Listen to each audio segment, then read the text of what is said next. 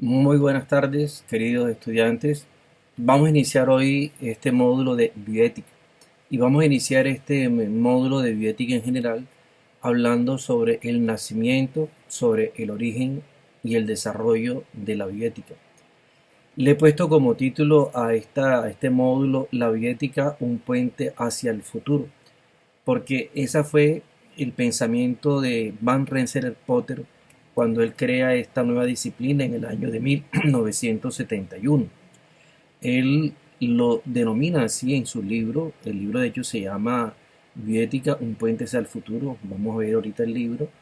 Y lo que él propone es que con el futuro que se avecina a la humanidad, con tanta tecnología, que es muy buena, pero que puede llevar a peligros, como actualmente otra vez estamos en la amenaza nuclear, en esta guerra de Rusia, Ucrania y los países acá de Occidente frente a ese gran monstruo que es la Unión Soviética o lo que es Rusia, que ya la Unión Soviética no existe.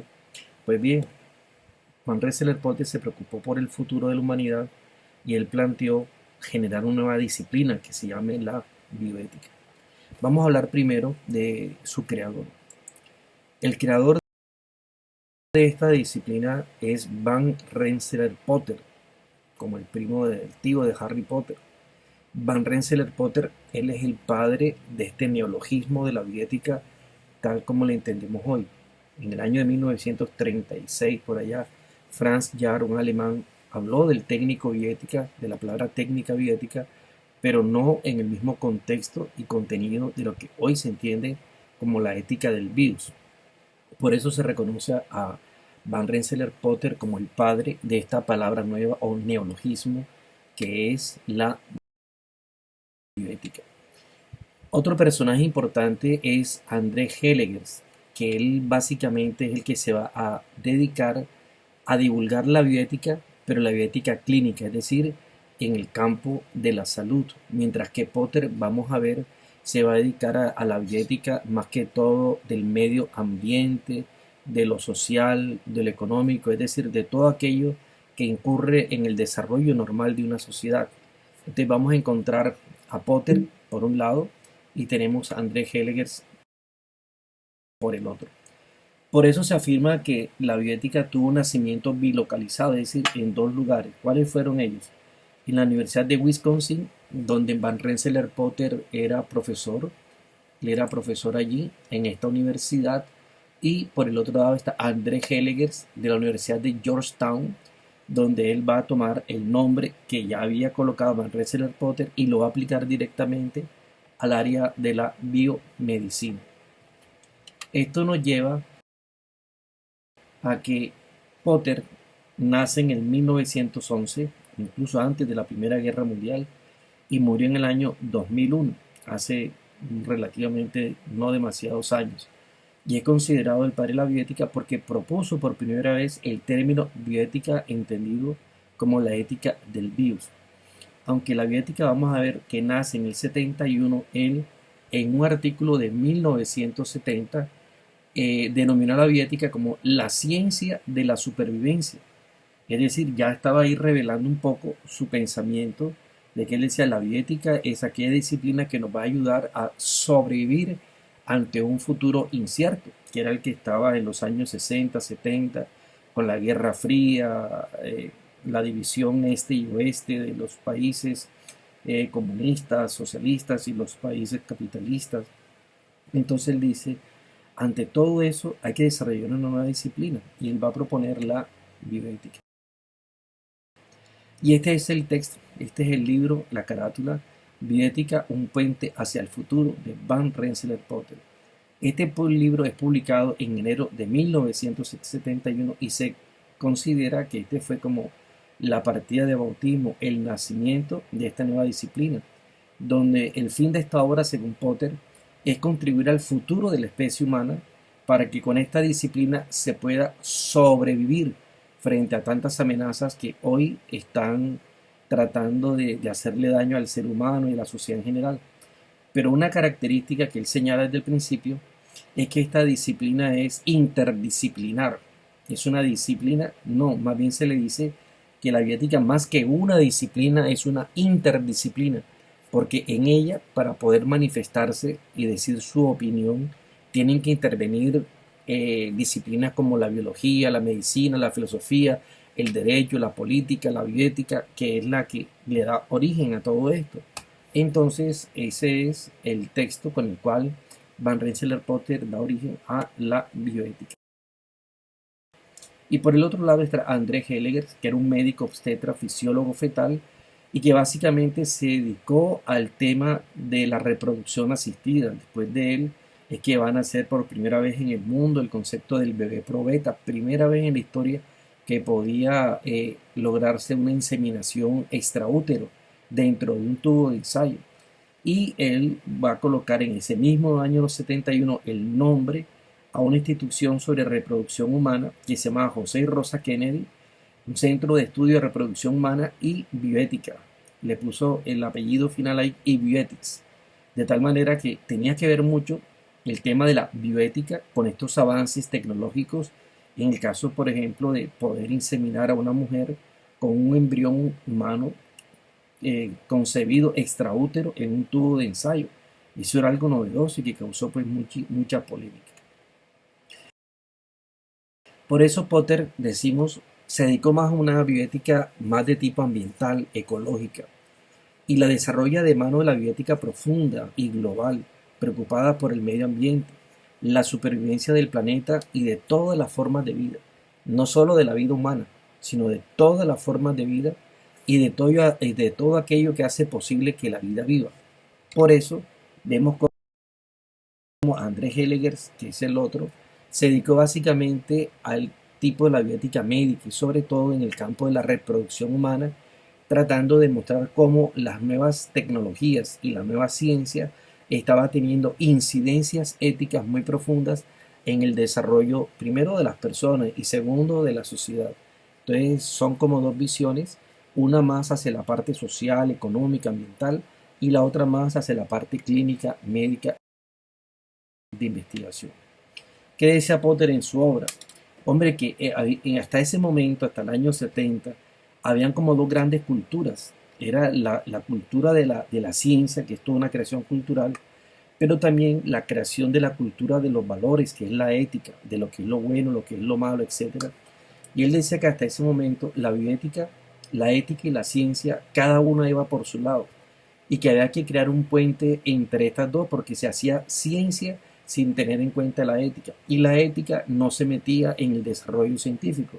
Y él dice que la bioética tiene que ser una bioética puente, que sirva de puente entre la ciencia y que sirva de puente también con lo que es la parte de la ética, de tal manera que la bioética, ¿qué es hacer clic entre ciencia y ética, porque toda ciencia debe hacerse con ética y la ética siempre debe intervenir en los desarrollos científicos buscando que no genere daño ni a los seres humanos, ni al medio ambiente, ni nada en general.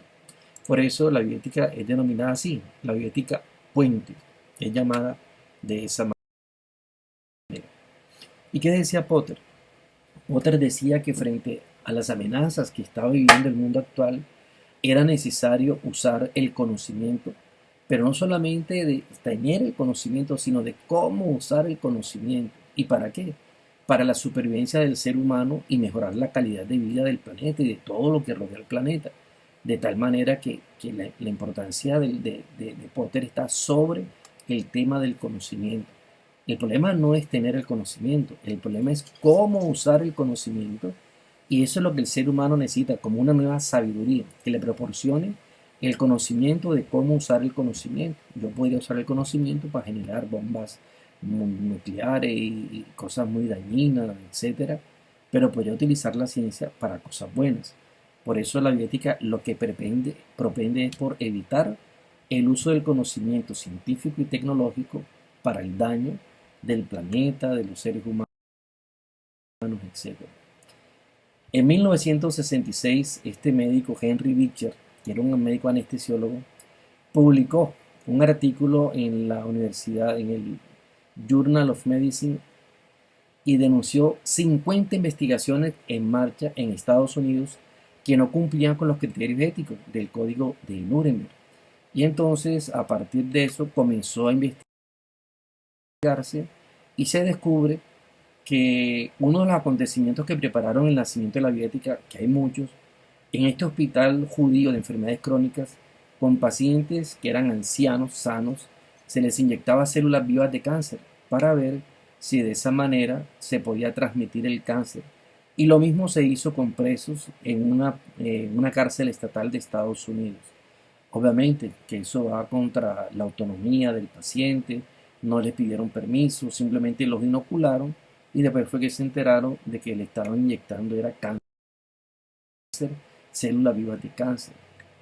Otro caso fue la Escuela Estatal de Willowbrook en Nueva York, donde se hacía investigación con niños con síndrome de Down, y a los niños nuevos que iban entrando, que no tenían la hepatitis, básicamente se les inoculaba el virus de la hepatitis para que cuando entraran todos tuvieran hepatitis y todos los sujetos, todos los estudiantes pudieran ser sujetos de investigación.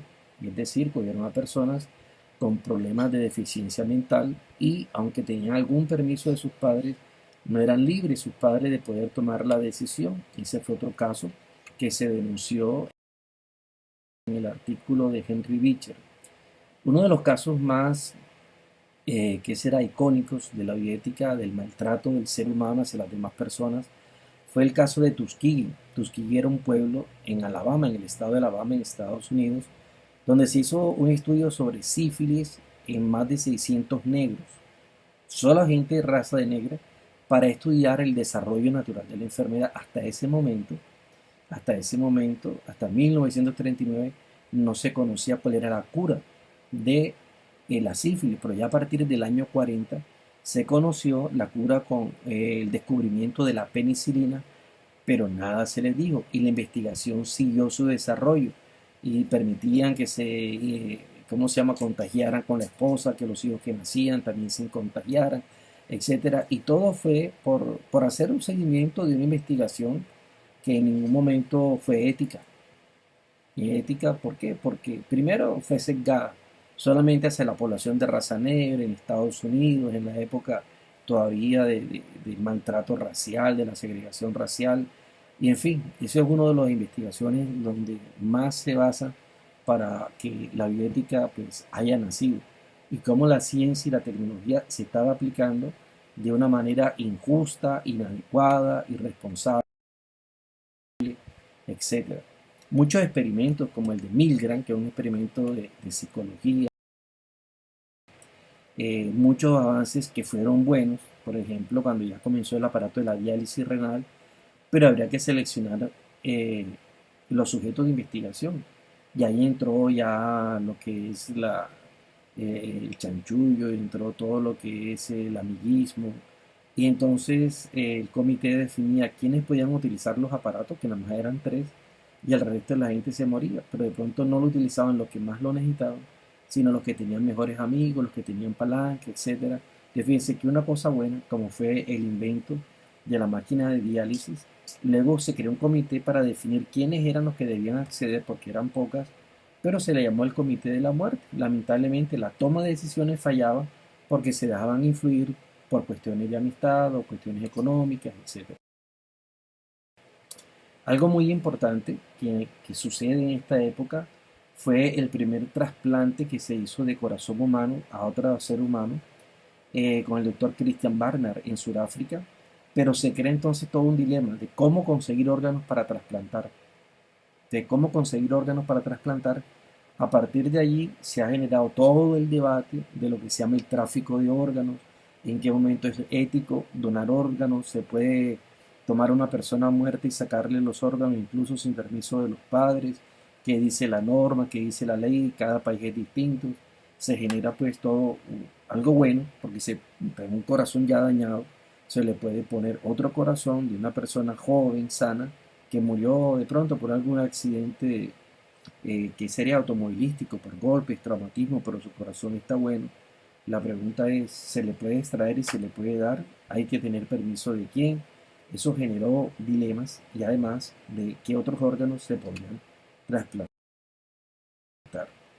En 1960 nacen tres cosas muy importantes que todos conocemos, que es la respiración boca a boca, que se denomina el beso de la vida aquí, en los años 60, hace unos 63 años aproximadamente, nace la respiración boca a boca. Esto no es antiguo, ¿no? Esto es reciente. El masaje cardíaco, lo que ustedes ven cuando la persona llega en paro y se paran encima y comienzan a darle en el pecho así, eso también algo que nace en 1960, que se llamaba, ¿cómo se llama? El beso de la vida, el pulso de la vida, y la parte de eléctrica, las descargas eléctricas en el corazón, le llamaron la chispa de la vida. Es decir, fueron tres maneras de aplicar observaciones científicas para que las personas pudieran recuperarse de lo que serían muertes absolutas. Y en el 61 nace el primer respirador mecánico. ¿Desde cuándo existe eso, el respirador mecánico? Que se hizo famoso ahora con el COVID, que no habían respiradores, que respiradores. ¿Cuándo nació el respirador? Apenas en el año de 1961 nace el respirador mecánico. Son cosas buenas. Pero también a partir de ahí comienzan a pasar cosas malas. ¿Por qué? Porque posiblemente cuando una persona se le resucita o se le reanima después de 20, 30 minutos que ya ha habido un colapso del flujo sanguíneo en el cerebro, la persona la podrían recuperar porque su corazón podría volver a latir, pero ya tiene muerte del encéfalo, y es lo que se llama y se conoce con el nombre de la muerte cerebral. Entonces, por eso en el año 68 el comité de Harvard decide publicar el informe donde dice cuáles son los criterios para decretar que una persona ya está en muerte cerebral. Y les decía que básicamente es cuando el encéfalo, ¿verdad? El cerebelo, el encéfalo acá, en la parte más profunda del cerebro, ya deja de tener vida. Y eso es lo que hace que todo funcione autónomamente, pero al estar muerto, a esa persona le pueden otra vez hacer que su corazón palpite con la desfibrilación o con el masaje cardíaco, o le ponen atropina, algún otro medicamento, y el organismo se puede recuperar, pero ya la persona no está ahí, ya está en muerte cerebral. ¿De qué se puede hacer con ellos? Si trajo unas cosas buenas, esto al mismo tiempo trajo unas cosas negativas, puede traer cosas positivas.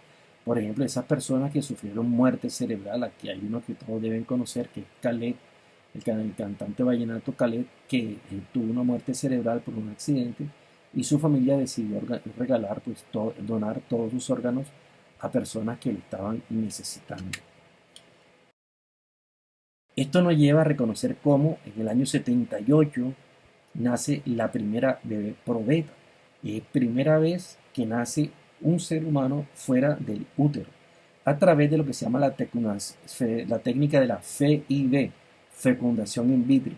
Esto abrió un debate ético y jurídico, donde nació la super baby, la bebé probeta, le decían así, y aquí está la foto actual de esta mujer, Luisa Brown, fue la que realmente dio ese paso. Hoy en día ya es una técnica común que se hace para las mujeres que no pueden tener hijos y ellas tengan el acceso al dinero, puedan acudir a esta tecnología de ser inseminadas artificialmente, pues con su propio óvulo y con el semen del marido, o con otro ovocito, o con otro semen, ya de acuerdo a las características de las personas que así lo soliciten y que sea ético y correcto, porque todo eso pasa a través de un comité de bioética para tomar esas decisiones.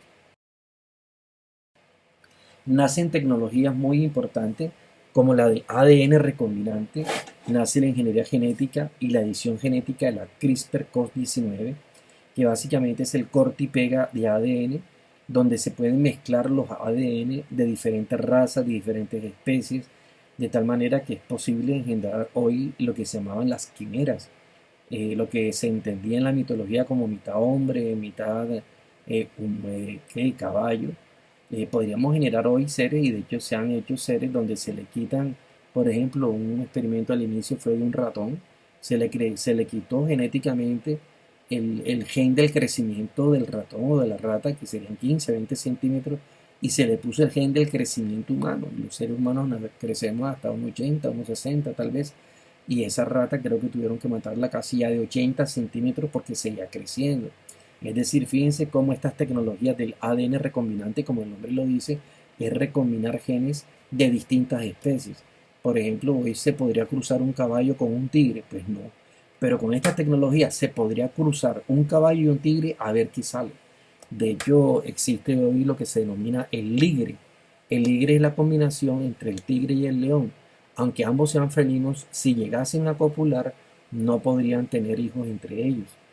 ¿Por qué? Porque la misma ADN, pero sí se puede unir artificialmente, y eso fue lo que se hizo. Pero la pregunta es, ¿para qué se traen a la vida a esos seres que no existen en la naturaleza, sino creados por el hombre? Uno de los debates con esta tecnología es resucitar, por ejemplo, animales ya extintos, dinosaurios, o no sé, insectos, o tal vez aves muy antiguas, ¿no? Que se encuentran en la China de 4 o 5 mil años, etcétera, que todavía tienen posiblemente algo de ADN bueno. El caso más famoso son los mamuts que han encontrado en Siberia, mamuts completicos, bebé, enterito, que cuando se derrite el hielo está la carne tierna todavía y se puede extraer el ADN. La pregunta es, ¿tendría sentido hoy volver a la vida un aparatejo de eso, un animal de eso? Cuando hoy la pregunta es, ¿cuál es el nicho dentro de la naturaleza que tiene hoy el mamut? Pues no lo tiene. Dentro de la cadena alimenticia eso lo fue sacando, lo fue sacando. Él ya no tiene su depredador, él es depredador de otros. Se va a romper la cadena alimenticia. Ya vendría siendo una especie que será que no es autóctona y realmente no tendría cabida. Pero hay científicos que así lo piensan. Otro elemento importante para tomar la decisión de que naciera la biótica fue el caso de esta señorita Karen Ann Quinlan, una niña norteamericana que estaba en una fiesta e ingirió toda clase de medicamentos, de barbitúricos, LSD, heroína, cocaína, todo lo que pudo meter lo metió, y la persona quedó en un estado de coma. Entonces los padres solicitaban que le retiraran el respirador y todo eso, pero y los médicos decían que no. Al fin y al cabo fueron a un tribunal de New Jersey, esto ocurre en New Jersey, y el juez de New Jersey decidió que crearan un comité y que ese comité, como él no era médico, le ayudara a tomar las decisiones, pero que estuviera compuesto de distintas clases de profesionales. Ese fue el origen de los comités de bioética, con el caso de Karen Ann Quinlan. Se reunieron médicos, eticistas, no existía la bioética todavía, estaba apenas en desarrollo. Estaban, no sé, sociólogos y muchas personas ahí de distintas profesiones y dijeron que estaban de acuerdo sin que desconectaran a la muchacha. A ella la van a desconectar y va a quedar viva todavía como 15, 17 años más y va a morir como siempre todas las personas que están en estado de coma. No mueren de eso, sino que mueren ya por infecciones, por un tipo de cosas. Pero aquí lo importante es que se tomó la decisión de desconectar a un paciente y nace los comités de ética hospitalaria. Es allí el origen de esta figura. En el año 82 pasó un caso muy terrible. Nació un niño con síndrome de Down y atresia esofágica, es decir, tenía cerrado el esófago. Vivía en el condado de Monroe sus padres, pero los padres decidieron que el niño fuera abandonado a su suerte y que no se le tratara con nada, ni siquiera abrirle la... y lo dejaron morir por inanición. Es decir, los padres dieron la orden de no pasarle líquidos, no pasarle intravenosa, nada. El niño murió de hambre y de sed y murió recién nacido. Obviamente que eso disparó las alarmas mundial porque los padres no son dueños de la vida de los hijos y ahí nace lo que más tarde en la Constitución de Colombia llegó el artículo 44. Los derechos de los niños están por encima de los adultos, es decir, los adultos no pueden tomar decisiones vitales en el caso cuando está un menor de edad. Tiene que buscar una persona porque normalmente si se opone a lo natural, es decir, salvarle la vida, tiene que venir una tercera persona a nombre del Estado para tomar la mejor decisión. Entonces ocurrió también más adelante con una niña, con Baby Jane Doe, pero a esta niña sí la operaron por aquello de que ya había transcurrido el primer crimen. En la década de 1960 vamos a ver otros elementos, pero ya no médicos, sino sociales y políticos. ¿Qué sucedió durante esta década? Mire, la Revolución Cubana. Sube Fidel Castro al poder y comienza el socialismo a recorrer América Latina. El caso de Salvador Allende, que fue el primer presidente socialista, pero lo mataron porque no querían que el socialismo llegara a América Latina. Es la época de la Guerra Fría, donde está todo lo que es los espionajes, los asesinatos de espías, etcétera. Y hasta el año 1991, cuando cae el muro de Berlín, existe la amenaza planetaria, una amenaza nuclear. Normalmente cada presidente andaba con un maletín y ahí estaba el switch para encender los misiles, cualquiera que estuviera por fuera hundía ese botón y se prendía la guerra nuclear enseguida. Son las películas de los años 80, 90, 70.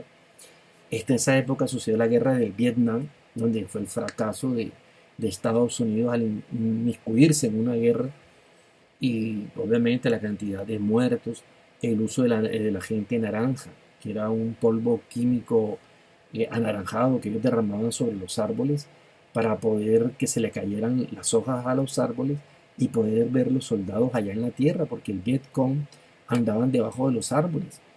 ¿Y saben cuál era la agente naranja? Es el mismo glifosato, es el mismo glifosato de hoy.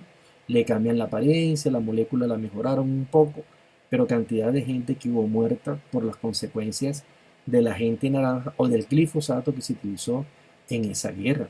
Nacieron también las bombas incendiarias, que eran terribles. Una bomba incendiaria dejaban caer cientos de bombas de pares y cada vez que caían explotaban y eran gasolinas explotando por todo eso y quemaban tribus, aldeas, personas enteritas. Fue una época bastante terrible, la época del Vietnam. Algo que ocurrió muy grave fue la muerte o el asesinato del presidente John F. Kennedy en el año 63. En el año 68 se presenta el Mayo francés, donde ustedes, los jóvenes, hicieron una insurrección contra el mundo tal como estaba, un mundo destrozado por la violencia, etcétera. Entonces hubo allí todo un movimiento de la juventud, así como posteriormente los jóvenes otra vez han vuelto a querer ponerle orden a este mundo, pero no orden ni para derecha ni para izquierda, porque entonces nace la juventud comunista, la juventud fascista. No, no, vamos a ponerle orden a este planeta, o sea, ni fascismo ni comunismo, o sea, vamos a buscar un camino intermedio donde todos podamos trabajar, vivir, que nadie esté sometido a nadie, etcétera. Ese fue el Mayo francés. Luego viene otra situación que fue la primavera de Praga en Checoslovaquia, donde Praga decidió independizarse. Ellos hacían parte del muro ¿cómo se llama? Del muro soviético, ¿no? Del gran ese muro, y resulta que ellos quisieron independizarse de Rusia y vivir un socialismo, pero moderado. Y entonces fueron invadidos por los rusos, destrozaron Praga, Checoslovaquia, mataron al presidente, Alex Dubček, y fue lo que se llamó la primavera de Praga. Hoy en día cuando cambiaron un presidente, no sé, en Arabia, ¿se acuerdan? Que hacían todos los árabes, entonces le llaman la primavera árabe, la primavera chilena o la primavera colombiana, si se va a revolver la gente. En fin, se le dio el nombre de primavera a eso. Pero esta década también estuvo marcada por la carrera espacial, por la ciencia, la tecnología. Quienes llegaban primero a la Luna, quienes hacían el primer recorrido por el espacio, qué ser humano salía al espacio. Y hubo la guerra siempre entre Rusia y Estados Unidos. Esta época también estuvo marcada por los grandes desastres ecológicos, grandes derrames de petróleo, escapes de gases letales. Entonces hubo un destrozamiento del medio ambiente por todos estos usos que se estaba haciendo de la tecnología. Es una época bastante de contracultura cuando vemos que nace el hipismo y, y se produce lo que se llama el concierto de Woodstock. Ojalá ustedes investigaran sobre el concierto de Woodstock para que vieran que fue el concierto más grande que ha habido en la historia, donde había sexo, droga, libertinaje, hubo mujeres que parieron ahí mismo, bueno, ocurrió de todo, vale la pena y hay una película así que se llama El concierto de Woodstock o pueden buscar ustedes documentales para que sepan qué fue eso de la contracultura, el movimiento del hipismo. Nace la píldora anticonceptiva, donde la mujer ya puede separar procreación de placer. Anteriormente toda mujer que hacía el acto sexual quedaba con la duda si podía quedar embarazada o no. Ahora ya nace la anti-baby pill, donde ya comienza la liberación femenina. Ya la mujer puede dominar su sexualidad, que es lo más íntimo que tiene, y ella decide si quiere tener actos sexuales solamente por placer, por orgasmo, etcétera, o cuando ella quiera tener el bebé, suspende la pastilla anticonceptiva y puede quedar embarazada. Obviamente que eso trajo una cantidad de problemas, por ejemplo, cáncer de mama, cáncer de cuello uterino, y hoy, después de todos los años 60, hoy se está reconociendo como estos anovulatorios, que son las anticonceptivas, generan una cantidad de enfermedades, sobre todo de tipo cáncer. Hay un movimiento por el medio ambiente, ustedes lo han oído, el movimiento canadiense de Greenpeace, nace en el año 71, donde tratan de despertar en la conciencia por la defensa del planeta.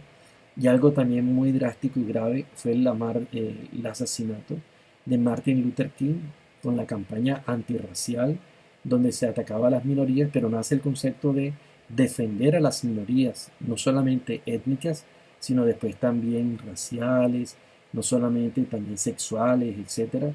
Todo eso. Fue una década de mucho movimiento, lo que fue de los años 60, 70. Fue una década en que el planeta Tierra se estremeció y que hoy en día todavía el planeta Tierra no alcanzaba a llegar como a un punto de equilibrio.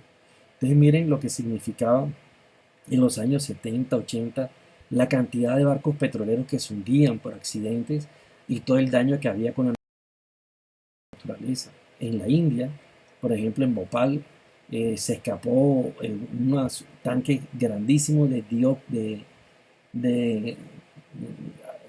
¿cómo se llama eso? Bueno, se me va el nombre de la molécula esa, que es gravísima para la respiración y mucha gente quedó herida, murió, etcétera. Más tarde, el desastre nuclear de Chernobyl, donde mucha gente murió por cáncer, por la exposición, o nacen con por el defecto los niños, o se les desarrolla cáncer.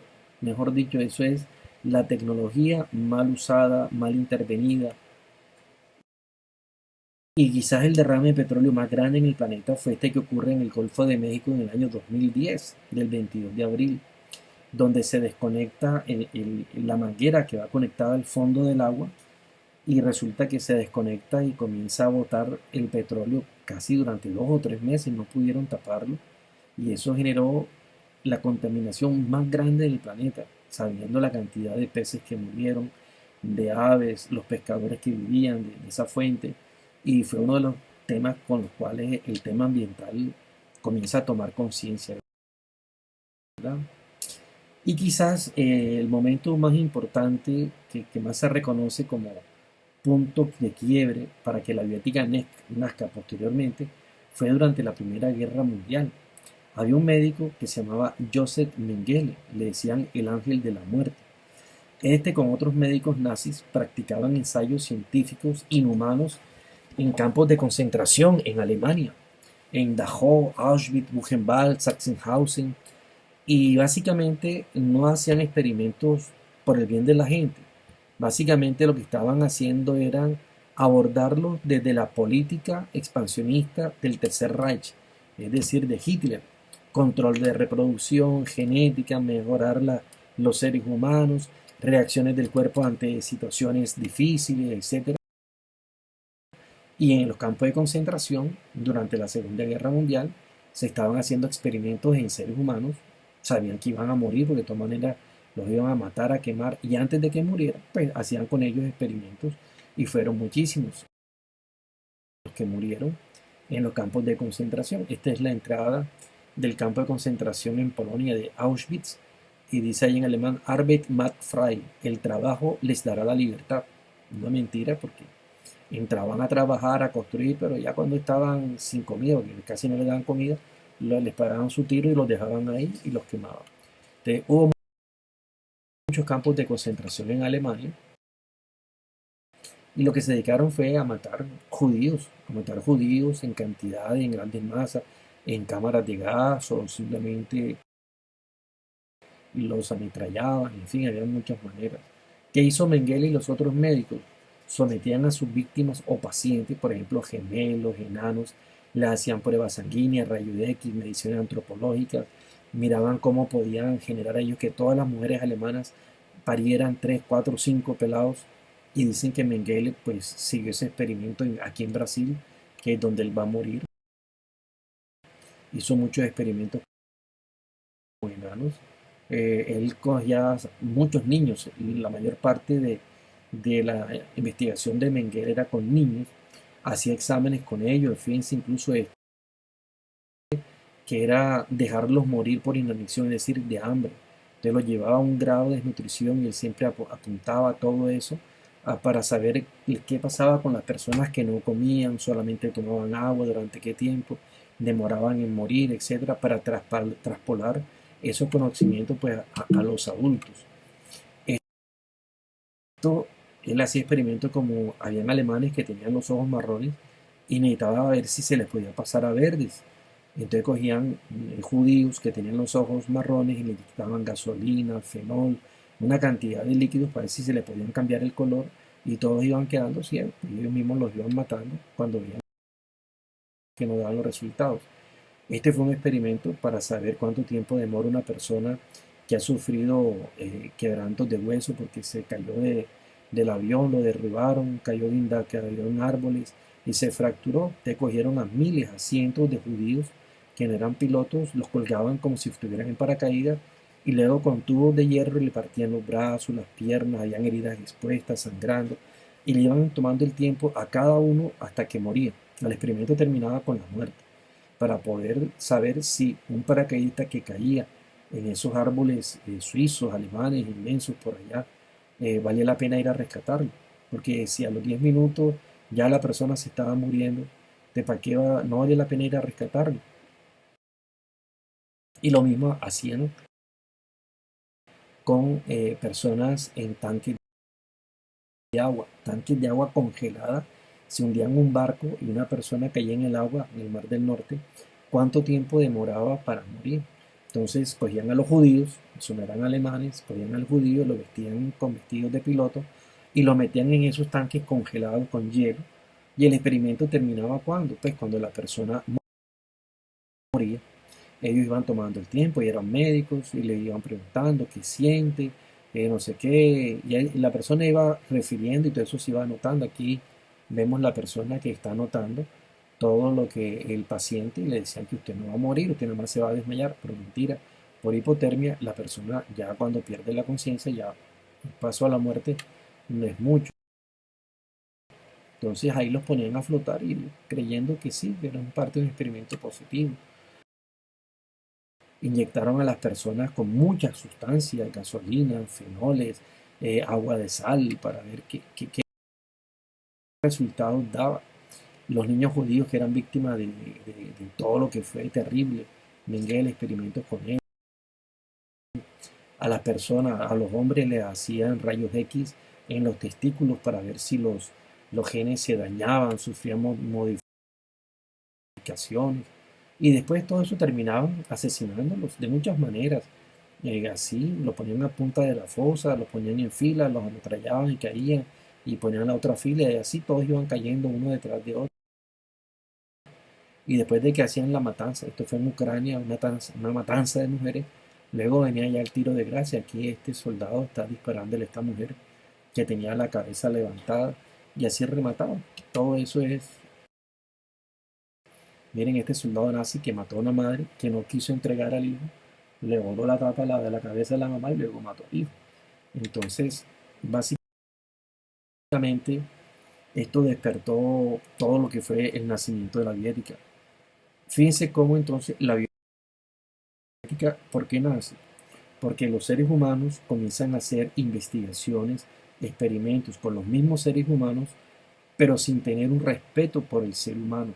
Entonces, a partir de esta Segunda Guerra Mundial, comenzó a darse en el mundo también la investigación, pero que había problemas, que no estaban manteniendo las normas éticas. Ahí nace la Declaración de Nuremberg, que son 10 puntos que hay que respetar para hacer investigación. Primero, el consentimiento informado, son 10 puntos. Luego nace la Declaración de Helsinki, que son los primeros documentos para hacer investigaciones en seres humanos, porque la ética hipocrática no habla nada de investigación en seres humanos. No existe un documento, solo hasta el año de 1948, que la Segunda Guerra Mundial termina en el 45, se hacen los juicios de Nuremberg a los militares nazis y luego se hace el juicio a los médicos nazis que fueron ahorcados, muchos se salvaron, entre ellos Joseph Mengele, que era el más importante de todos, que se escapó en un submarino, llega a Brasil y ahí terminó su vida y murió de un infarto en la playa, ahí como cualquier cristiano, y nunca pudieron capturarlo. Entonces fíjense que realmente hacer experimentos, tratar a las personas así, es bien terrible. Entonces fíjense cómo se les hace el juicio de Nuremberg y obviamente todos ellos escuchando ¿cómo se llama? Los cargos que les hacían, ellos lo escuchaban y al final decían que no, que ellos no fueron culpables de nada, porque cada uno cumplía una misión dentro de todo el engranaje de Hitler para llegar al Tercer Reich, al tercer gobierno de Alemania, el tercer imperio de Alemania. Entonces ellos se declararon inocentes, fueron ajusticiados, ahorcados, tal vez fusilados algunos, etc. Entonces miremos que este es el origen y nacimiento de la bioética. Tiene un recorrido largo, pero es importante darnos cuenta cómo la bioética nace precisamente para ayudar a que el ser humano no se dañe ni a sí mismo y tampoco dañe al planeta Tierra, el medio ambiente. ¿Por qué? Porque es que la vida es la tierra y en eso los indígenas son muy sabios al hablar de la Pachamama, de la Madre Tierra y tratar de respetar todo lo que significa las redes que la naturaleza tiene y cuando el ser humano interviene en esas redes, entonces viene todo lo que es el colapso. Entonces cuando cambiamos el clima, ya la cadena de transporte del agua caliente y fría, cuando va por arriba y por abajo, entonces ya ahora entra el fenómeno de la niña, el fenómeno del niño, de todo el cambio climático que estamos haciendo con el lanzamiento del dióxido de carbono a la atmósfera, con el uso todavía en países pobres de la boñiga de vaca para hacer energía. Ustedes saben que la boñiga de vaca ellos la dejan secar y luego le prenden un fosforito y con eso pueden cocinar, con eso se iluminan de noche. Y eso es puro metano, están quemando metano y el metano es terrible para... Entonces miren que la bioética nace como una ciencia, una interdisciplina para tratar de proteger al ser humano en la parte médica, de los experimentos, del científico, pero también al ser humano de la dimensión social, ambiental, económica, y es una interdisciplina muy importante que cada vez está cogiendo más auge en el mundo entero, y no solo en el campo de la medicina, sino en el campo del derecho, en el campo de la economía, en el campo de la sociología, es decir, en todos los aspectos de la vida, porque la bioética tiene cabida en todo lo que tenga que ver con la vida, y todas las profesiones se relacionan con la vida, toda la naturaleza se relaciona con la vida, es más, es la vida misma. Entonces la bioética es eso, la ética del virus, la ética de proteger la vida, no solo la vida humana, sino toda clase de vida y todo aquello que haga posible que la vida viva, es decir, los elementos de la naturaleza, hay que proteger el clima, hay que proteger el hidrógeno, el nitrógeno, el oxígeno, el neón, todo eso porque dentro de la organización del planeta es importante. Y eso demoró muchos miles de millones de años para que el planeta Tierra fuera habitado, estuviera a un tiempo semidistante del Sol, que no fuera quemado como Mercurio o Venus, posiblemente tan cerca que no puede existir vida humana, ni quedara tan alejado porque los fríos serían, quedó en el momento. Y también se desarrolla la atmósfera a través de todo lo que es las algas azules, porque antes era puro oxígeno y el oxígeno puro es veneno. Nosotros hoy no tenemos puro oxígeno. Lo que nosotros respiramos básicamente apenas tiene casi un 25% de oxígeno. El resto es gas neón, argón, etcétera, el aire que respiramos. Entonces, terminamos así la lección de hoy del origen, nacimiento y el desarrollo de la bioética. Más adelante entonces continuaremos con la bioética. Que tengan todos un feliz día y recuerden realizar sus trabajos, sus tareas. Hasta luego.